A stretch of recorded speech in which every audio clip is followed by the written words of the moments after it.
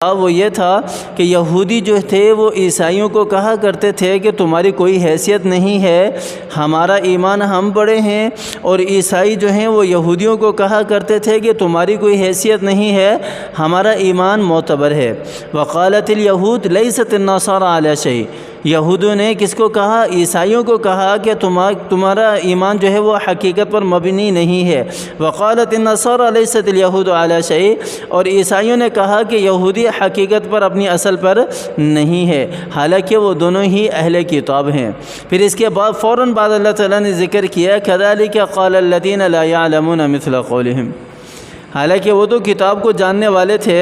باوجود علم کہ انہوں نے ہر دھرمی اختیار کی، لیکن اس طرز عمل کو کن لوگوں نے اپنایا؟ جن کے پاس علم نہیں تھا، جن کے پاس کتاب نہیں تھی، انہوں نے بھی ایک دوسرے کو کہنا شروع کر دیا کہ تم صحیح نہیں ہو، ہم صحیح ہیں، تم اچھے نہیں ہو، ہم اچھے ہیں۔ تو اسی وجہ سے ہمارے جتنے بھی راہبر ہیں، ہمارے جتنے بھی قائد ہیں، ہمارے جتنے بھی بڑے ہیں، شریعت کا علم جاننے والے ہیں، یا کسی بھی طرح سے وہ لوگوں کو گائیڈنس دینے والے ہیں، بچوں کو گائیڈنس کرنے والے ہیں، تو ان کو چاہیے کہ وہ کوئی بھی ایسا عمل اختیار نہ کریں جس کی وجہ سے ہمارا کوئی اسٹوڈنٹ یا ہمیں دیکھ کر کوئی آدمی اس عمل کو دین سمجھ کر اختیار کر لے اور اپنی ساری زندگی میں اسی پر عمل کرتا رہے۔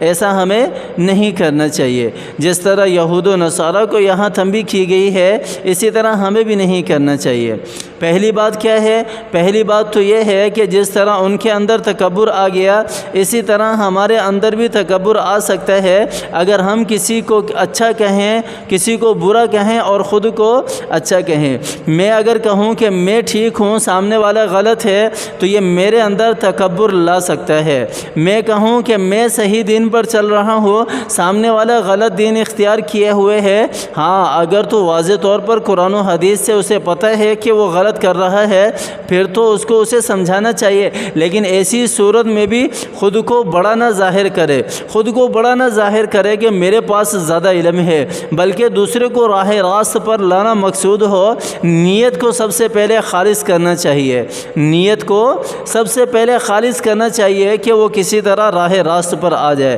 وہ کسی طرح سیدھے راستے پر آ جائے، لیکن اپنے اندر تکبر کا ذرہ برابر بھی شبہ نہ چھوڑے، اپنے اندر عاجزی اختیار کرے، عاجزی لے کر آئے، انکساری لے کر آئے، اس کے بعد سامنے والے کو نصیحت کرے، اس کے بعد سامنے والے کو سمجھائے، لیکن اس کو یہ نہ کہے کہ آپ بالکل ہی غلط ہیں، میں جو کہہ رہا ہوں وہ ٹھیک ہے، بلکہ اس کو اللہ کا حوالہ دے کر، اللہ کے رسول کا حوالہ دے کر، صحابہ کرام کی زندگیوں کا حوالہ دے کر سمجھایا جائے کہ میں بھی تیرے جیسا ہی عاجز بندہ ہوں اللہ کا، لیکن قرآن ہمیں اس عمل میں یہ تعلیم دیتے ہیں، قرآن ہمیں، آپ صلی اللہ علیہ وسلم کی تعلیمات ہمیں اس عمل میں یہ سکھاتی ہیں، صحابہ کرام کا طرز عمل اس عمل میں ہماری یہ رہنمائی کرتا ہے۔ اس طرح اس کی اگر رہنمائی کی جائے گی، سمجھایا جائے گا، تو خود بندہ سمجھانے والا جو ہے وہ بھی تکبر سے محفوظ رہے گا، اس کے اندر اور بھی زیادہ تواضع اور انکساری آئے گی، اور ایسا واعظ اور ایسی نصیحت جو ہے وہ سامنے والے پر اثر انداز بھی ہوگی، سامنے والے پر اثر انداز بھی ہوگی۔ اگر ایسا طرز عمل اختیار کریں گے تو انشاءاللہ العزیز ہم تکبر سے بھی بچے رہیں گے، اور سامنے والوں کو بھی اللہ تعالیٰ اس عمل کی وجہ سے جو ہے وہ راہ راست پر لائیں گے، اسے بھی اللہ تعالیٰ توفیق عطا فرمائیں گے۔ تو یہاں پر دوسری چیز یہ بیان کی، اور تیسری چیز فاللہ یحکم بینہم یوم القیامت فیما کانوا فیہ یختلفون، اللہ تعالیٰ نے تیسری چیز یہاں پر بیان کی کہ تم جو دین میں آپس میں ایک دوسرے سے اختلاف کر رہے ہو، یا نیکی کے معاملے میں کہ اس کا دین صحیح نہیں ہے، میرا دین صحیح ہے، میرا راستہ صحیح ہے، اس کا راستہ صحیح نہیں ہے، یہ سارا کا سارا جو تم اختلاف کر رہے ہو، اللہ اور اللہ کے رسول کی زندگی کی طرف نہیں جا رہے، اس کے لیے اللہ تعالیٰ نے ارشاد فرما دیا فاللہ یحکم بینہم یوم القیامہ، کہ اللہ تعالیٰ کی ذات پھر تمہارے درمیان قیامت والے دن فیصلہ فرما دے گی کہ کون جو ہے وہ قرآن کو دیکھ کر اس کے مطابق زندگی گزارنے والا تھا، کون جو ہے وہ نبی کی سنتوں کو پامال کر کے خود کو بڑا پیش کرنے والا تھا، اور کون ہے جو وہ راہ راست پر سے ہٹا ہوا تھا، گمراہی کو اختیار کرنے والا تھا۔ یہ ساری کی ساری چیزیں اس آیت کے تحت آ جاتی ہیں۔ فیما کانوا فیہ یختلفون، اللہ تعالیٰ نے فرما دیا کہ وہ کیا چیز ہے جس کا فیصلہ اللہ تعالیٰ کی ذات فرمائیں گے بلا کر دونوں فریقوں کو،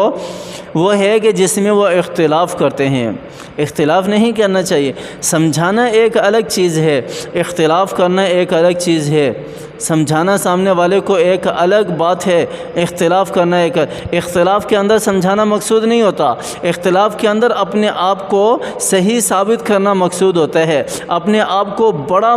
ثابت کرنا مقصود ہوتا ہے، سامنے والے کو گرانا مقصود ہوتا ہے، سامنے والے کو نیچے دکھانا مقصود ہوتا ہے۔ اختلاف کے اندر یہ پہلو جو ہے یہ مد نظر رکھا جاتا ہے۔ اگر اختلاف کی نیت نہیں ہے، سمجھانا مقصود ہے، اس میں تو بندہ عاجزی اختیار ہی کرتے ہیں۔ تو ہم کوئی بھی کام ایسا نہ کریں کہ جس میں ہم سامنے والے کو گرانا چاہیں، سامنے والے کو کمتر سمجھیں، یا سامنے والے کی کوئی حقیقت، کوئی اہمیت ہماری نظر کے اندر نہ ہو۔ ایسا کام کوئی بھی نہ کریں۔ اگر ایسا کوئی کام کر لیا جس کے اندر اختلاف ہوا میرے اور سامنے والے کے درمیان، اور میں نے قرآن و حدیث سے رہنمائی نہ لی، صحابہ کرام کی زندگیوں سے رہنمائی نہ لی، تو اللہ تعالیٰ کل دونوں فریقوں کو بلا کر ان کے درمیان فیصلہ کریں گے اور کہیں گے کہ اس چیز کے اندر تم دونوں نے اختلاف کیا تھا، تم دونوں جو ہے وہ اس چیز کو جو ہے اپنے حق میں بہتر سمجھتے تھے، تو میں بتاتا ہوں کہ کون حق پر ہے اور کون غلط ہے۔ تو آخرت کی ذلت و رسوائی سے اللہ تعالیٰ ہماری حفاظت فرمائے، اللہ تعالیٰ دنیا کی ذلت و رسوائی سے بھی ہماری حفاظت فرمائے۔ اگر ہم قرآن کو سمجھ کر، اگر قرآن کو پڑھ کر، قرآن پر عمل کر کے زندگی گزارنے والے بن جائیں تو انشاءاللہ العزیز یہ دنیا کے اندر بھی ہمارے عروج کا سبب بنے گا، یہ دنیا کے اندر بھی ہمیں بلندیوں تک لے جائے گا، اور آخرت میں بھی انشاءاللہ یہ ہمیں گرنے نہیں دے گا۔ یہ کتاب اللہ کی کتاب ایسی عظمت والی کتاب ہے، یہ کسی کو بھی گرنے نہیں دے گی، کیونکہ آپ صلی اللہ علیہ وسلم نے آخری خطبے کے اندر یہی ارشاد فرمایا کہ میں تمہارے درمیان کتاب چھوڑے جا رہا ہوں، اگر اس کو مضبوطی سے تھامے رکھو گے تو کبھی گمراہ نہیں ہوگے، کبھی گمراہ نہیں ہوگے۔ یہ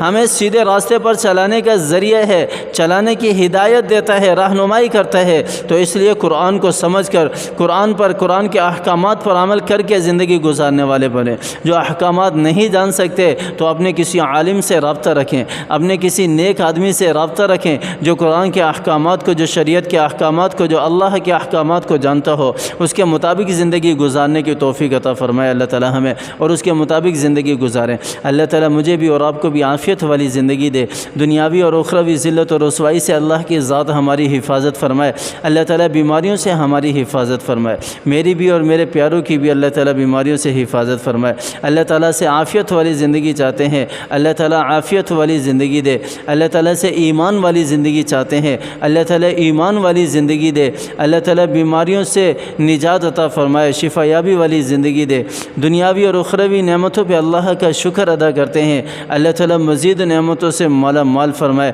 اللہ تعالیٰ ہمارے پیارے جو گزر چکے ہیں ان کی کامل مغفرت فرمائے۔ آمین ثم آمین، وآخر دعوانا ان الحمد للہ رب العالمین۔